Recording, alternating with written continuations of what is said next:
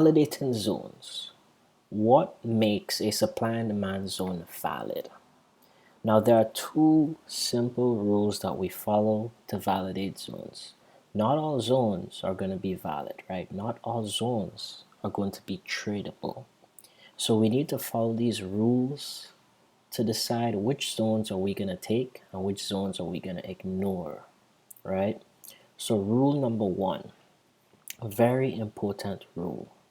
A supply and demand zone must remove a previous zone, a previous opposing zone, in order for it to be valid, right? That is rule number one. So whenever you have, let's say, a drop base rally, the only thing that made this zone valid was because this zone removed this previous zone, right? I'm just going to put that gray because that zone was removed. Now, the only reason that this previous zone was valid was because this move down, right, probably removed a previous zone that was located to the left, right? Or maybe this was a zone here, right? So whenever you find a supply and demand zone, you always have to look left to see whether or not that zone had removed a previous zone in order to make this zone valid, right? So take for example, we have this rally, pullback base rally, right? So what would make this zone here valid? Well, we have to look left to see whether or not a previous zone was removed. And when we look left, we could see that this zone here was removed. Now, once a zone is removed, we consider demand, if it's an uptrend, we consider demand in control. So as long as demand is in control, we anticipate that supply will be removed and we buy at demand, right? Now, key rule is, it is super simple, but let me just repeat it, right? In order to validate a supply and demand level, that level needs to remove an opposing zone. So supply needs to remove demand, or demand needs to remove supply. What made this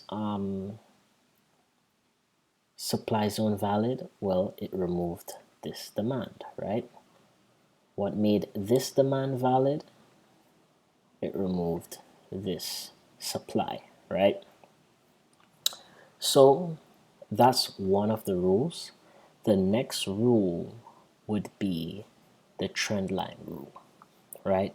What does that mean? Well, that simply means that, for example, your zone needs to break a trend line, right? When your zone breaks a trend line, that adds confluence to the zone, right? Your zone could either remove, demand could either remove supply to be valid, or it could break a trend line. And what do we consider a broken trend line? Well, we draw trend lines from the latest lower highs, right? If it's a downtrend, and as long as a candle closes, a full candle, right? Body, wick, everything closes on the other side of the trend line, then we consider this trend line broken, right? And we consider this zone valid.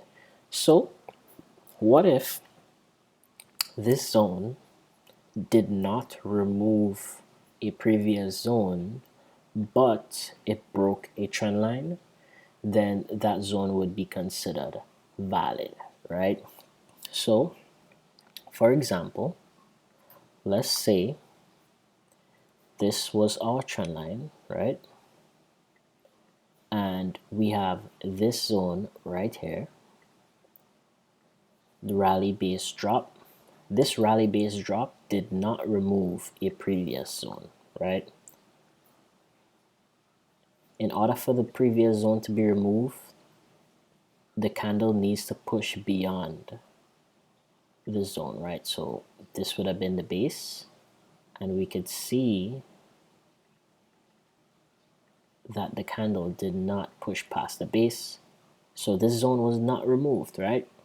However, we did have a reaction because this supply was valid because why? It broke the trend line, right?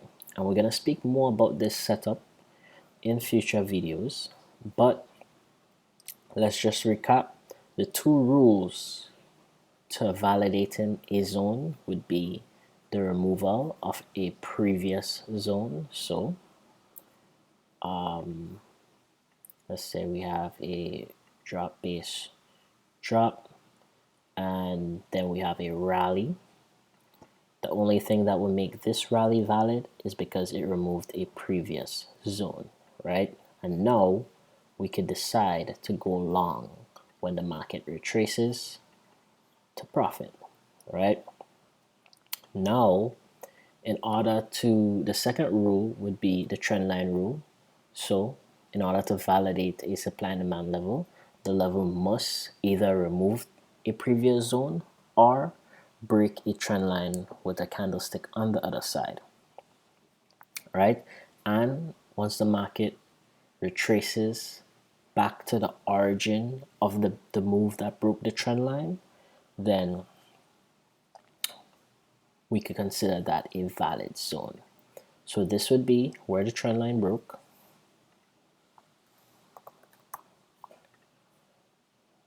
These candlesticks closed on the other side, right? Confirming that the trend line was broken. And who is responsible? Where is the base and the impulse responsible for breaking that trend line?